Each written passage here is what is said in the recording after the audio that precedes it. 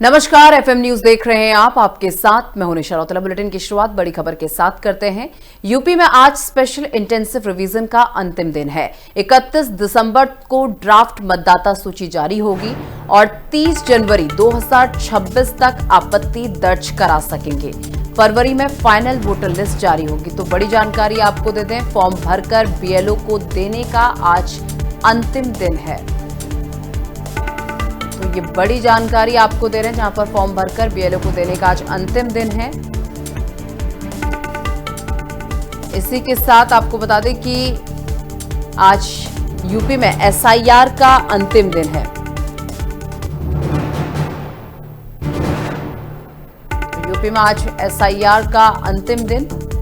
ऐसे में 31 दिसंबर को ड्राफ्ट मतदाता सूची जारी होगी और 30 जनवरी 2026 तक आपत्ति दर्ज करा सकेंगे। फरवरी में फाइनल वोटर लिस्ट जारी कर दी जाएगी। जो फाइनल वोटर लिस्ट होगी, जिसमें यह पता चलेगा कि कितने लोगों के नाम इसमें जुड़े हैं, कितनों के कटे हैं, वो लिस्ट, जो फाइनल लिस्ट होगी, वो फरवरी में जारी की जाएगी। लेकिन स्पेशल इंटेंसिव रिवीजन का आज आखिरी दिन है। इसकी डेट बढ़ाई गई थी क्योंकि वर्कलोड बहुत ज्यादा था, जिसकी वजह से इसकी डेट को बढ़ाया गया था। और आपको बता दें कि यूपी में ये डेट 26 दिसंबर तक की गई थी और एसआईआर प्रक्रिया का आज आखिरी दिन है। एसआईआर प्रक्रिया आज अपने आखिरी पड़ाव में है उत्तर प्रदेश में। तो ऐसे में स्पेशल इंटेंसिव रिवीजन के आखिरी दिन में आपको बता दें कि जिन्हें भी फॉर्म अपने भरवाने हैं वो आज करवा सकते हैं। और इसी के साथ जो फाइनल वोटर लिस्ट होगी वो फरवरी में जारी कर दी जाएगी।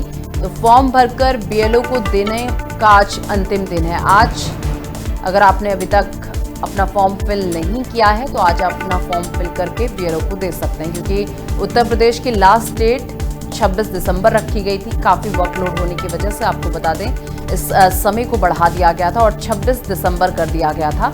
और स्पेशल इंटेंसिव रिवीजन का आज आखिरी दिन है। फॉर्म भरकर बीएलओ को देने का आज अंतिम दिन है। इसी के साथ आपको बता दें कि जो इसकी फाइनल वोटर लिस्ट होगी, जिसमें आपको ये पता चल पाएगा कि आपका नाम इसमें है या नहीं है, ये तमाम चीज़ें जिस दिन फाइनल रिपोर्ट जारी होगी फरवरी में, उस दिन आपको पता चल पाएगा।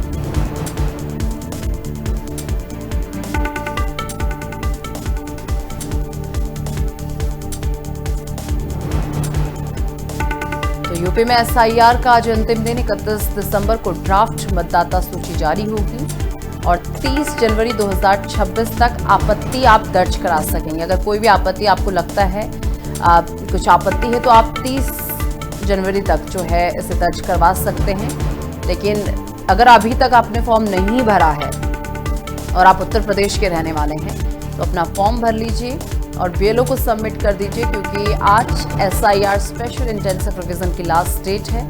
30 जनवरी 2026 तक आप अपनी आपत्ति इसमें दर्ज करा सकते हैं।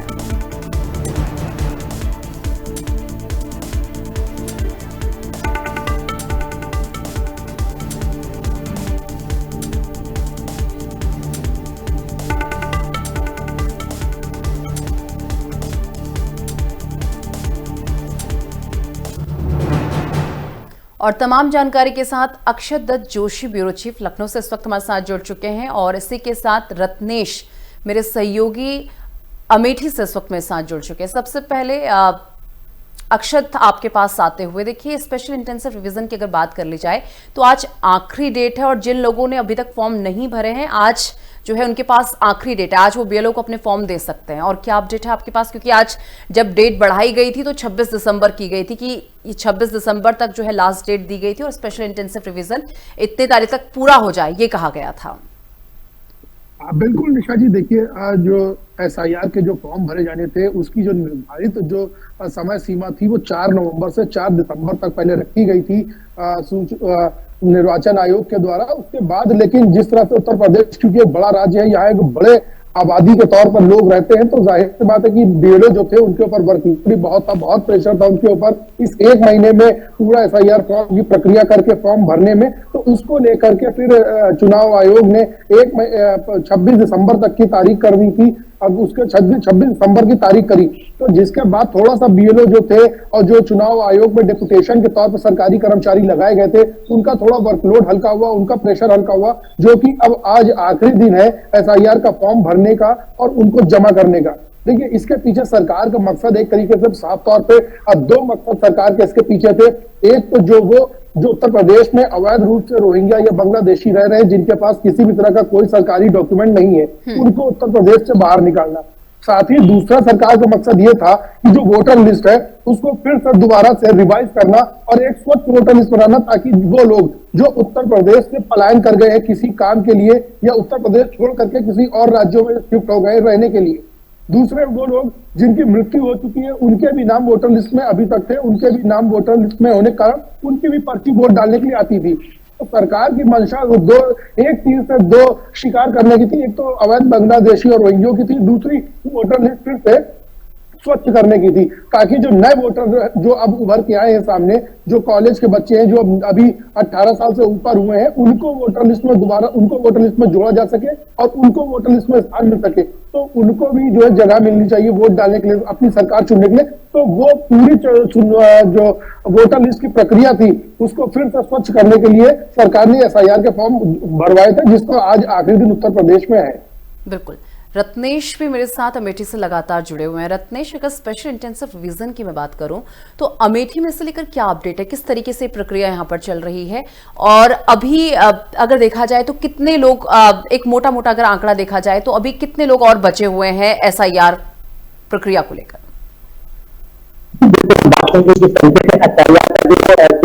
बढ़ाई गई, जो वोटर थे जो छूटे हुए थे उनके लिए भी बढ़ाया गया था, लेकिन जिस तरीके से अमेठी प्रशासन लगातार युद्ध स्तर से लगातार हम बात करें तो चाहे जिलाधिकारी संजय सिंह चौहान हो, लगातार हर तहसील स्तर पर जा रहे हैं, जो बीएलओ हैं उनके देखरेख में, जिलाधिकारी के देखरेख में जिस तरीके से एसआईआर का काम चल रहा है बिल्कुल युद्ध स्तर पर चल रहा है।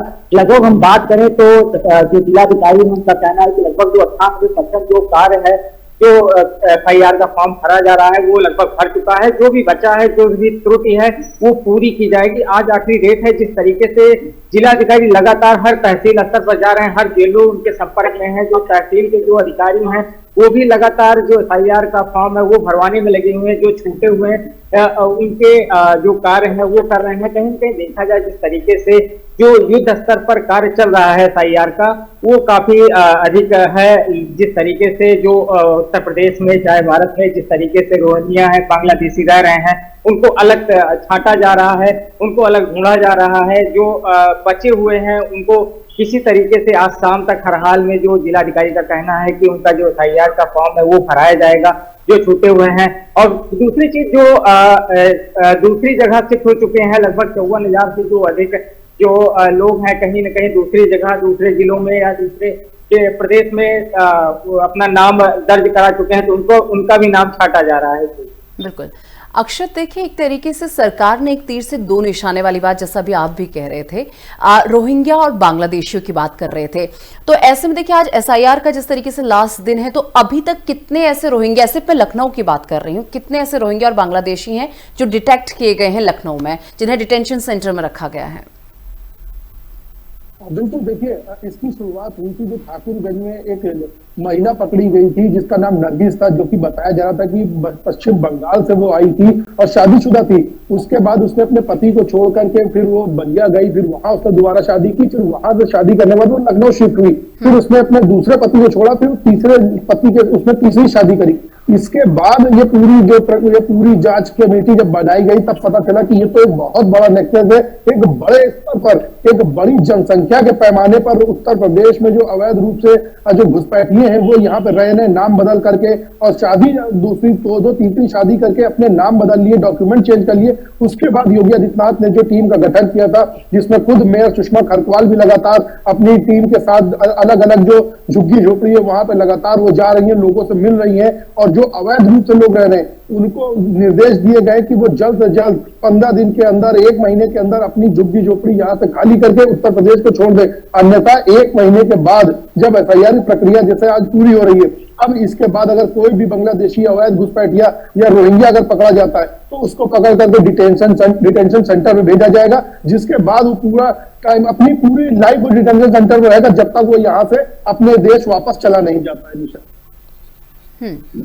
चलिए ठीक है अक्षत, बहुत शुक्रिया आपका हमारे साथ जुड़ने के लिए। रत्नेश, आपका भी बहुत शुक्रिया हमारे साथ जुड़ने के लिए और तमाम जानकारी साझा करने के लिए। और ऐसे में आपको बता दें कि देखिए जिस तरीके से एसआईआर यानी कि स्पेशल इंटेंसिव रिवीजन की अगर बात कर ली जाए तो उत्तर प्रदेश में इसकी डेट को बढ़ा दिया गया था, यानी कि 26 दिसंबर की डेट कर दी गई थी, क्योंकि बीएलओस का कहना था कि वर्क प्रेशर बहुत ज्यादा हो गया, वर्कलोड बहुत ज्यादा हो गया। ऐसे में आपने सुना भी होगा कि बहुत सारी जगहों से ऐसी घटनाएं भी सामने आ रही थी जहां पर बीएलओस की आत्महत्या करने की घटनाएं सामने आ रही थी कि वर्कलोड इतना ज्यादा है जिससे बीएलओस परेशान होकर आत्महत्या तक कर रहे हैं। किन्हीं ने तो बहुत सारे ऐसे बीएलओस भी थे जिन्होंने वीडियो जारी करके बताया था कि कितना ज्यादा वर्कलोड है, जिसकी वजह से वो ऐसा कदम उठाने के लिए विवश हो गए हैं। तो ऐसे में आपको बता दें कि आज एसआईआर यानी कि स्पेशल इंटेंसिव रिवीजन का आखिरी दिन है। अगर आप उत्तर प्रदेश के रहने वाले हैं और आपने अभी तक अपना फॉर्म फिल नहीं किया है तो आप अपना फॉर्म फिल करके बीएलओ के पास जाके इसे सबमिट करवाइए। और ऐसे में आपको बता दें कि 30 जनवरी जो डेट है, 30 जनवरी 2026, तब तक आप अपनी आपत्ति को दर्ज करा सकते हैं, क्योंकि तब तक कोई फाइनल जो रिपोर्ट है उसकी नहीं निकलेगी। इसका मतलब कि आप 30 जनवरी तक अगर आपको उसमें कुछ और चेंजेस करवाने हैं या आपको लग रहा है कि आपने फॉर्म भरते वक्त कुछ गलती कर दी है तो आप 30 जनवरी 2026 तक, उत्तर प्रदेश के लिए बात हो रही है, आप अपनी शिकायत दर्ज करवा सकते हैं और बीएलओ ताकि उसमें करेक्शन कर सके। तो ऐसे में आपको बता दें कि फरवरी का समय बताया जा रहा है जब फाइनल वोटर लिस्ट जारी होगी, जिसमें यह पता चलेगा कि कितने ऐसे वोटर्स थे जिनके नामों को हटाया गया है और कितने ऐसे नए वोटर्स हैं जिनके नाम इसमें चढ़ाए गए हैं।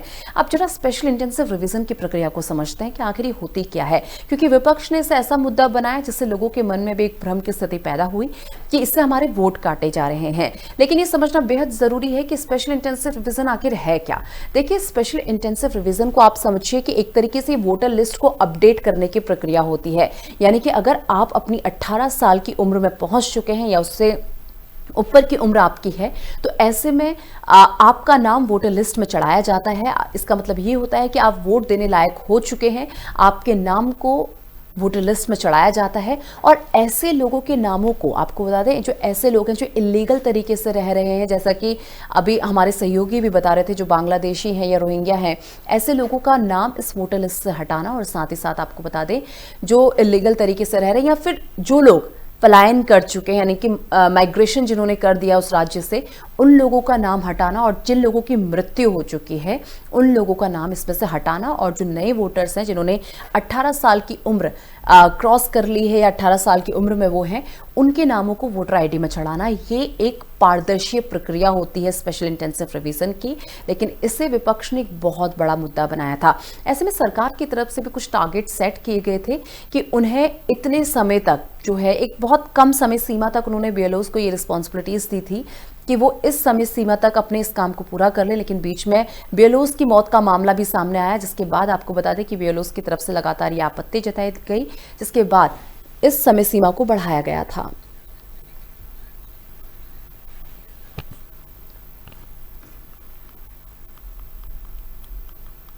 और तमाम जानकारी के साथ मेरे सहयोगी निखिल गुप्ता गोरखपुर से इस वक्त मेरे साथ जुड़ चुके हैं और नरेंद्र त्रिपाठी रायबरेली से मेरे सहयोगी इस वक्त मेरे साथ जुड़ चुके हैं।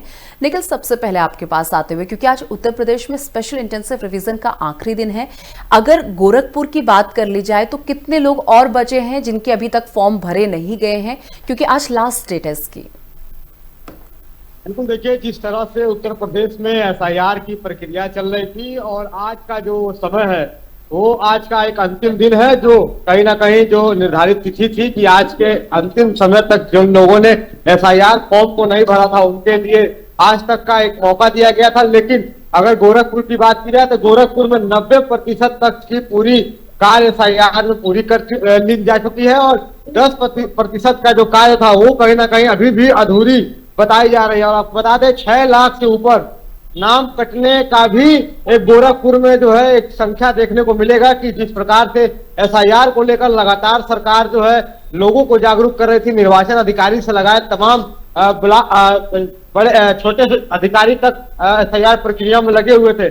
लेकिन उसके बावजूद भी अगर गोरखपुर की जो स्थिति जो सामने आ रही है एसआईआर को लेकर, उसमें 90% मैपिंग कर ली गई है, 10% का जो कार्य नहीं पूरा किया जा चुका है। वो आज का समय है जब लोग जो है एसआईआर फॉर्म के लिए जो है अब आखिरी दिन है कि लोग अपने एसआईआर फॉर्म को भरकर अपने जो है एसआईआर की प्रक्रिया को पूरी कर लेगी। बिल्कुल। नरेंद्र भी मेरे साथ लगातार बने हुए हैं। नरेंद्र, अगर रायबरेली की बात कर ली जाए, क्योंकि एसआईआर का आज अंतिम दिन है, कितना प्रतिशत काम पूरा हो चुका है और कितना प्रतिशत काम रह चुका है गोरखपुर में, माफ कीजिएगा रायबरेली में?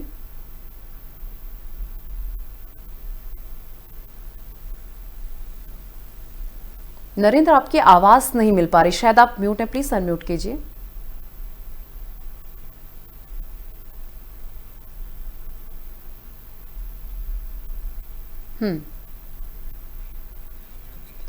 चलिए ठीक है नरेंद्र, आपकी आवाज़ हम तक नहीं पहुंच पा रही। एक बार फिर मैं निखिल का रुख करूंगी, जैसे ही आपकी आवाज़ हम तक पहुंचेगी तो आपके पास भी मैं एक बार ज़रूर आऊंगी।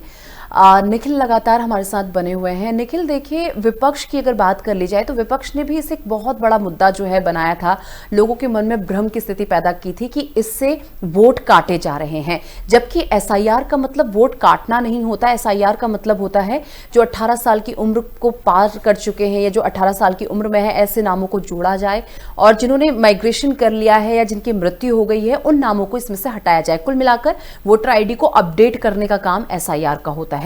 लेकिन विपक्ष की तरफ से इसे बहुत बड़ा मुद्दा बनाया था, लोगों के मन के अंदर एक भ्रम की स्थिति पैदा की थी। निखिल, बिल्कुल, देखिए, जिस प्रकार से एसआईआर की जब प्रक्रिया शुरू हुई तो उस समय जो है विपक्ष के तमाम बड़े नेता जो है ये आरोप लगा रहे थे कि सरकार जो है नाम को कटवाने के लिए इस तरह की योजना बनाई है, लेकिन कहीं ना कहीं एसआईआर की प्रक्रिया जो है लोग जो जागरूक होकर के खुद जो है एसआईआर में अपनी भागीदारी इस तरीके से दिए, वो कहीं ना कहीं सरकार के जो अहम फैसला था उसमें लोगों का समर्थन मिल रहा था और लगातार सरकार भी लोगों से अपील कर रही थी कि एसआईआर को लेकर लोग जो है कहीं ना कहीं जागरूक हो और अपने एसआईआर प्रपत्र को भरकर अपने नाम को फिर से जो है 2003 के मुताबिक लोग दर्ज करा ले। एसआईआर की जो प्रक्रिया लगातार चल रही थी उसमें कहीं ना कहीं हम लोगों को भी देखने को मिला था कि तमाम ऐसे वोटर थे जो इस दुनिया को छोड़कर मतलब उनकी मृत्यु हो गई थी। कई ऐसे लोग थे जो यहाँ से न रहकर कहीं और रहते थे।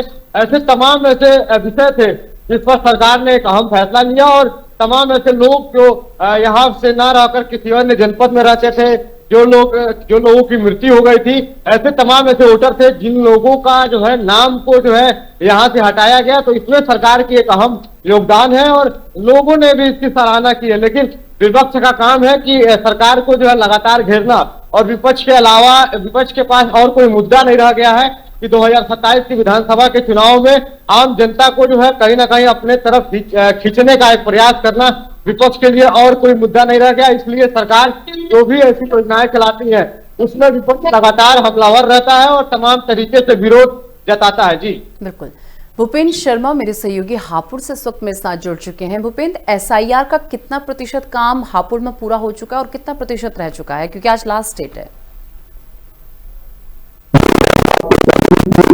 जनपद में एसआईआर का काम 4 नवंबर से स्टार्ट हुआ था, जो अब तक पूरा कंप्लीट हो चुका है, जिसमें जनपद में करीब 13.5 लाख मतदाता थे और 2.5 लाख के करीब मतदाता कटे हैं, जिनमें से 75% मतदाताओं की सूची बनाई गई है और 22% करके कुछ मतदाताओं को काटा गया है, जिसमें से 12% सिटिंग मतदाता है और 12% जो जिनकी वोटें डबल थी या वो मर चुके हैं, अदरवाइज वो इनकी वोट नहीं है, इसको लेकर हटाया गया है। जी बिल्कुल। लेकिन इसी के साथ 30 जनवरी की अगर बात कर ली जाए, क्योंकि 30 जनवरी वो डेट है जब तक आप अपनी शिकायत दर्ज करवा सकते हैं। सब हमारे दर्शकों को बताइए कि इस शिकायत में आप क्या कुछ दर्ज करवा सकते हैं, अपने वोटर आईडी से रिलेटेड क्या क्या चीजों को आप दर्ज करवा सकते हैं, क्योंकि फाइनल जो रिपोर्ट है वो फरवरी में आनी है। निखिल, भूपेंद्र आपसे ये सवाल नहीं है, निखिल से मेरा सवाल है। निखिल, बिल्कुल, देखिए, जिस प्रकार से एसआईआर का अंतिम दिन है और 30 जनवरी तक का वो समय जो निर्धारित किया गया है कि आम जनता जो है अपनी शिकायत को दर्ज करा सकती है, तो कहीं ना कहीं ये भी एक सराहनीय फैसला है। और जिस तरीके से समय वोटरों को दिया जा रहा है उसमें कहीं ना कहीं ये अहम जो है, अब जो वोटर है जो अभी तक एसआईआर प्रपत्र को नहीं भरे हुए हो या भरने के साथ ही उनके साथ कोई ऐसी जो है कॉलम में जो प्रपत्र था उसमें भरने में कोई ऐसा मिस्टेक हुआ हो ऐसे तमाम ऐसी चीजें हैं जिस पर जो है 30 जनवरी तक का समय दिया गया है। और जो आम वोटर हैं जो अपने वोट का मताधिकार का जो प्रयोग करते हैं, उनके लिए एक समय जो निर्धारित किया गया है 30 जनवरी तक, उसमें लोग अपने शिकायत को जो है जिले के निर्वाचन अधिकारी या जो अपने वार्ड स्तर के बीएलओ हैं उन लोगों को जो है अपनी शिकायत कर सकते हैं, जिसमें सरकार और निर्वाचन अधिकारी जो उस पर जो भी प्रक्रियाएं होंगी उसमें जो है अपनी सहमति जताते हुए उनकी शिकायतों का भी निस्तारण किया जाएगा। जी ठीक। हापुड़ से मेरे सहयोगी भूपेंद्र लगातार मेरे साथ बने हुए हैं। भूपेंद्र, जिस तरीके से बात कर ली जाए बीएलओस की, अगर हम बात करें तो क्योंकि समय सीमा को बढ़ाया गया था और ऐसे में बीएलओस की तरफ से क्या फीडबैक देखने को मिला? ये समय सीमा जो बढ़ाई गई थी, क्या इससे बीएलओस को राहत मिली है? क्या कुछ कहना था बीएलओस का?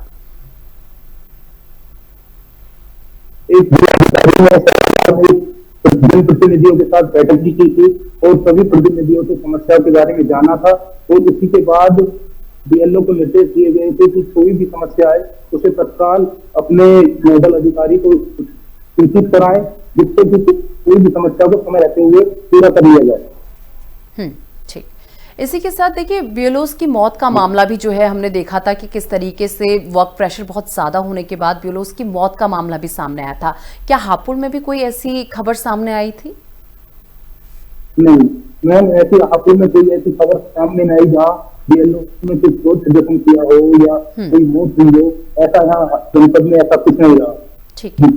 रायबरेली से भी नरेंद्र त्रिपाठी मेरे सहयोगी लगातार मेरे साथ बने हुए हैं। नरेंद्र, एसआईआर का अंतिम दिन है, कितना % काम हो चुका है, क्योंकि आज लास्ट डेट है? बिल्कुल निशा, मैं आपको बताना चाहूंगा, हम एफआईआर की बात कर ले तो एफआईआर को लेकर शुरू से ही घमासान की जारी था। कहीं ना कहीं जो विपक्ष था लगातार प्रक्रिया काम खोल रहा था। वैसे में आज 26 दिसंबर है और 26 दिसंबर को जो एफआईआर की फॉर्म की प्रक्रिया है, आज वो फॉर्म भर के अपने बीएलओ को जाके जमा करेगी। जो आपत्ति की लेके तो आपको साथ बता दें कि 31 दिसंबर में जो आपत्तियां हैं उसको लेकर कहीं ना कहीं बीएलओ के पास जाएंगे। जो भी समस्या निकल के फॉर्म में आती है उनको आप बता सकेंगे। हालांकि इसके लिए जिला निर्वाचन अधिकारी की गई है और ताकि जिस प्रकार की समस्या निकल के फॉर्म में आ रही है तो कहीं ना कहीं आप उन्हें पूरी तरीके से एक्सेप्ट करा सकते हैं। और दूसरी तरफ भी तो आप बात बता दें निशा की जो फरवरी की फाइनल लिस्ट वोटर लिस्ट आएगी वो एफआईआर को लेकर कहीं ना कहीं पता चलेगा उसमें मतदाता का नाम है कि नहीं। क्योंकि सबसे बड़ी बात ये देखी जा रही थी कि कुछ लोगों का नाम अन्य राज्यों में नाम थे, वही रायबरेली में कुछ लोगों के नाम निकल के आए। रायबरेली में देखा जाए तो 100% एफआईआर की प्रक्रिया पूरी हो चुकी है। अभी अमेरिकी यादव प्रभु शर्मा सर से बात हुई, उन्होंने साफ हुए बताया कि अपने जिले में लगभग 100% काम पूरा हो चुका है। लेकिन एक सबसे बड़ी बात ऐसा है कि अपने यहाँ एक तहसील पड़ती है सलोन फर्जी जन्म प्रमाण पत्र के मामले काफी निकल के आए, जो कि बांग्लादेश से, आंध्र प्रदेश से, लखनऊ, बनारस, गाजियाबाद तमाम प्रकार के फर्जी जन्म प्रमाण पत्र बनाए गए थे। कहीं ना कहीं उसको लेके रायबरेली जिलाधिकारी ने एक्शन लिया ताकि उनके ऊपर कार्रवाई हो सके। कुछ लोगों को सलाखों के पीछे भेजा गया। एफआईआर का सबसे बड़ा मुद्दा ये होता है कि अगर आप एफआईआर फॉर्म भर रहे हैं तो कम से कम आप उससे देखे, अगर उसको आपकी जानकारी नहीं, क्योंकि सबसे बड़ी बात देखी जाती है कुछ लोग होते हैं यहाँ भी वोट करते हैं और बाहर अन्य राज्यों में वोट करते हैं, जिसको लेकर उत्तर प्रदेश के मुख्यमंत्री ने साबुत अपनाते हुए कहीं ना कहीं एफआईआर की प्रक्रिया लागू की। जब ये एफआईआर की प्रक्रिया लागू हुई थी इसका सबसे बड़ी बात देखते कि जो विपक्ष लगातार हंगामे शुरू से करते रहा। एफआईआर से यह होता है कि वोटर्स की छटनी होगी, कौन वोटर अपने राज्य का है, कौन वोटर अपने राज्य का नहीं, उसको लेके काफी प्रक्रिया चल रही थी, चलती रही। और प्रक्रिया जिस तरह से वोटरों को लेके यहाँ पे देखा जा रहा है कि यहाँ आज की डेट जो 26 दिसंबर है, 26 दिसंबर को अपने बीएलओ के पास जाएंगे, अपने फॉर्म को जमा करेंगे। जब 31 दिसंबर आएगा जो भी आपत्तियां होंगी, जो भी त्रुटियां होंगी उनको हम बताएंगे। और जब फरवरी की लिस्ट आएगी कहीं ना कहीं सबसे बड़ी बात उसमें वोटर की फाइनल लिस्ट होगी, क्योंकि इसके बाद विधानसभा चुनाव होने हैं। तो इसके बाद उनको कहीं ना कहीं लोकसभा चुनाव होंगे। लोकसभा से पहले विधानसभा चुनाव में काफी देखा जाता है कि अगर वोटर्स कितने होंगे, कितने वोटर्स कटेंगे, तो सबसे बड़ा सवाल रहेगा। लेकिन अभी रोहिंग्या को लेकर भी नरेंद्र, इन सब के बीच में अगर बात कर ली जाए, जो वोटर्स थे उनमें जागरूकता देखने को मिली, वो इतने जागरूक थे कि उन्हें लगा कि उन्हें बीएलओस के पास जाना चाहिए। बीएलओस जब उनके पास आए उन्हें ऐसा लगा कि उन्हें फॉर्म भरना चाहिए। वो कितने जागरूक दिखे? सबसे बड़ा सवाल तो यही है ना कि जिनके लिए इस वोटर मतदाता सूची को जो है पारदर्शी बनाया जा रहा है, अपडेट किया जा रहा है, क्या वो लोग कितने जागरूक दिखे आपको? इसके विचार में सबसे बड़ी बात बताऊंगी, जब एफआईआर की फॉर्म की प्रक्रिया स्टार्ट हुई तो वोटर हमारे मतदाता भाई हैं, कहीं ना कहीं काफी दिक्कतें शुरू में देखने पड़ी, क्योंकि फॉर्म भरने के लिए पूरी तरीके से प्रक्रिया नहीं पता कि फॉर्म भरना कैसे है। तो कहीं ना कहीं जो हमारे ब्यूरोज हैं और जो हमारे साथ उनके सहयोगी जो लेखपाल होते हैं कहीं ना कहीं फटक जाते हैं, लोगों को बताते हैं कि किस तरह से फॉर्म को भरना है। हालांकि कई प्रकार की ऐसी स्थितियां भी निकल के सामने विपक्ष के दौरा आई कि ग्रामीण क्षेत्रों में ज्यादातर ये कमियां देखने में आई। हालांकि उन्होंने आवाज भी उठाई कि इस साइड प्रक्रिया की डेट को आगे बढ़ाया जाए ताकि जो ग्रामीण अंतर के लोग उन्हें ठीक तरीके से सही तरीके से मायने वोटर लिस्ट यानी कि एसआईआर का जो फॉर्म है उन्हें भरने की तरीके दूर होनी चाहिए ताकि कोई फॉर्म चला तो ना हो। ऐसा भी देखा जाता है कि कुछ लोग मृत हो जाते हैं, उनका नाम वोटर लिस्ट में चला करता है, लेकिन जब एसआईआर प्रक्रिया है तो कहीं ना कहीं जो मृतक आश्रित लोग हैं उनका नाम वोटर लिस्ट से काटा जाएगा, क्योंकि अधिकतर वोट डालने के लिए पता चलता है वो मृत हो चुके हैं, वो मकान में नहीं रहते हैं, फिर भी उनके नाम लेते हैं। हालांकि हमारी कुछ वोटरों से भी बात हुई थी, उनको साफ तौर पर कहना कि सरकार के जो नियम है एसआईआर करने की काफी अच्छा है, इससे पता चलेगा मतदाता कितना जागरूक है, मतदाता अपना मतदान कर सकता है कि नहीं कर सकता। और सबसे बड़ी बात जब 18 वर्ष आप पूर्ण कर लेंगे तो जरूर आप मतदाता सूची में अपना नाम जरूर अपनाएं और अपना नाम दबाएं। ठीक। हापुड़ से मेरे सहयोगी भूपेंद्र शर्मा लगातार मेरे साथ बने हुए हैं। भूपेंद्र, क्या यहाँ पर भी ऐसी कोई समस्या देखने को मिली जो वोटर्स थे जिन्हें फॉर्म भरना नहीं आ रहा था, तो ऐसे में क्या लोगों ने क्या क्या ऐसी समस्याएं यहाँ पर देखने को मिली इस दौरान? मैं आपको बता दूं, अगर वोटर को फॉर्म भरना नहीं आ रहा था तो उसके वहाँ सभासद या अन्य का सहयोग लेके फॉर्म को भरवाया गया जिससे कि वोट या एसआईआर लिस्ट से नाम ना कटे। जी नरेंद्र, इसी के साथ देखिए बियोलोस की मौत का मामला भी बीच में बहुत गरमाया था, क्योंकि बियोलोस कह रहे थे कि वर्क प्रेशर बहुत ज्यादा हो गया, समय सीमा बहुत कम दी गई, जिसके बाद इस समय सीमा को बढ़ाया भी गया था। तो ऐसे में बियोलोस की मौत के मामले में अगर रायबरेली की बात कर ली जाए, क्या यहां से ऐसा कोई मामला निकलकर सामने आया था इस दौरान?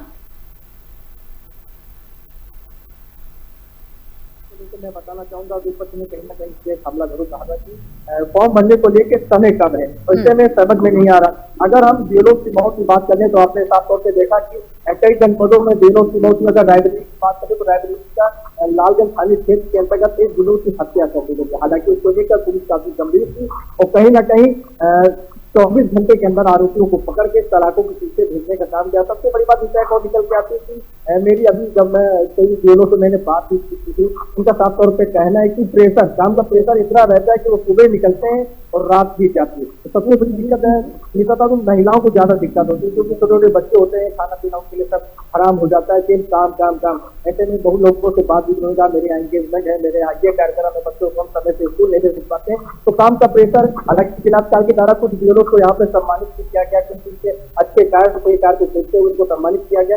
लेकिन अब रायबरेली की जो स्थिति है एसआईआर को लेकर इनका पूरी तरीके से परफेक्ट है, 100% काम पूरा हो चुका है। और बियोलों के पीछे काफी योगदान था, क्योंकि बियोलों घर घर जाके सुबह से निकले, बियोलों रात भर जुट जाते थे और लोगों को समझाते थे कि फॉर्म में किसी प्रकार की आप गलती न करें, जो चीज आपको समझ में नहीं आ रही उन चीजों को आप हमसे पूछ के भर सकते हैं ताकि किसी प्रकार की दिक्कत हो। क्योंकि ये फॉर्म सबमिट करने के बाद आप वहां जाएगा, फिर वहां पे सबमिट होने के बाद एक बंदी आएगी कि आपका जो इनपुट नंबर आता है कि हाँ आपका फॉर्म पूरी तरीके से सबमिट हो गया। अगर कुछ त्रुटियां या कुछ फॉल्ट आ जाती है तो कहीं ना कहीं बियोलों के बाद वो फॉर्म रिटर्न हो जाता है। उसके बाद जो मतदाता होता है उसे मौके पर बुलाया जाता है कि आपने किसी प्रकार की कोई गलती को नहीं की है। जी सर। नरेंद्र, लेकिन देखिए जिस तरीके से समय सीमा बहुत कम दी गई थी, उसके बाद 1 से 1.5 हफ्ते जो है बहुत से बहुत इतना ही इसे बढ़ाया गया था। तो ऐसे में देखिए अगर काम बहुत जल्दबाजी में होगा तो क्या मान के चलें कि इसमें गलतियां भी जरूर हुई होंगी, क्योंकि अगर कोई काम आप सोचिए, अगर आप उस टाइमलाइन, जब तक आपको टाइमलाइन दी गई थी आप उस तक नहीं कर पाए, आपने कहा कि वर्कलोड बहुत ज्यादा, जिसके बाद इसको बढ़ाया भी गया, क्योंकि फिर भी तो काम बहुत जल्दबाजी में हुआ है। कुल मिलाकर देखा जाए अभी भी काम बहुत जल्दबाजी में हुआ है, तो क्या मान के चलें कि गड़बड़ियों की आशंका भी बनी हो सकती है जो अभी तक फॉर्म भरे गए हैं, क्योंकि बहुत ज्यादा संख्या में, क्योंकि उत्तर प्रदेश ऐसा तो है नहीं कि बहुत छोटा मोटा राज्य हो, बहुत बड़ा राज्य है, ऐसे में रिस्पॉन्सिबिलिटीज ज्यादा हो जाती हैं। क्या लग रहा है?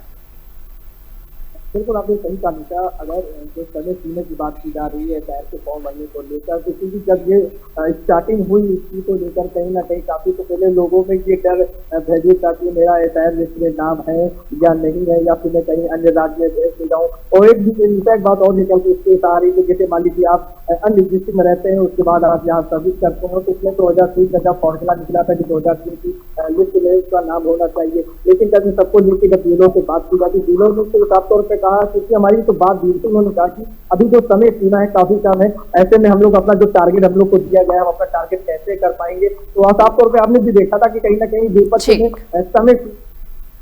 ठीक है नरेंद्र, बहुत शुक्रिया आपका हमारे साथ जुड़ने के लिए। भूपेंद्र, आपका भी बहुत शुक्रिया हमारे साथ जुड़ने के लिए और तमाम जानकारी साझा करने के लिए। चलिए अगली खबर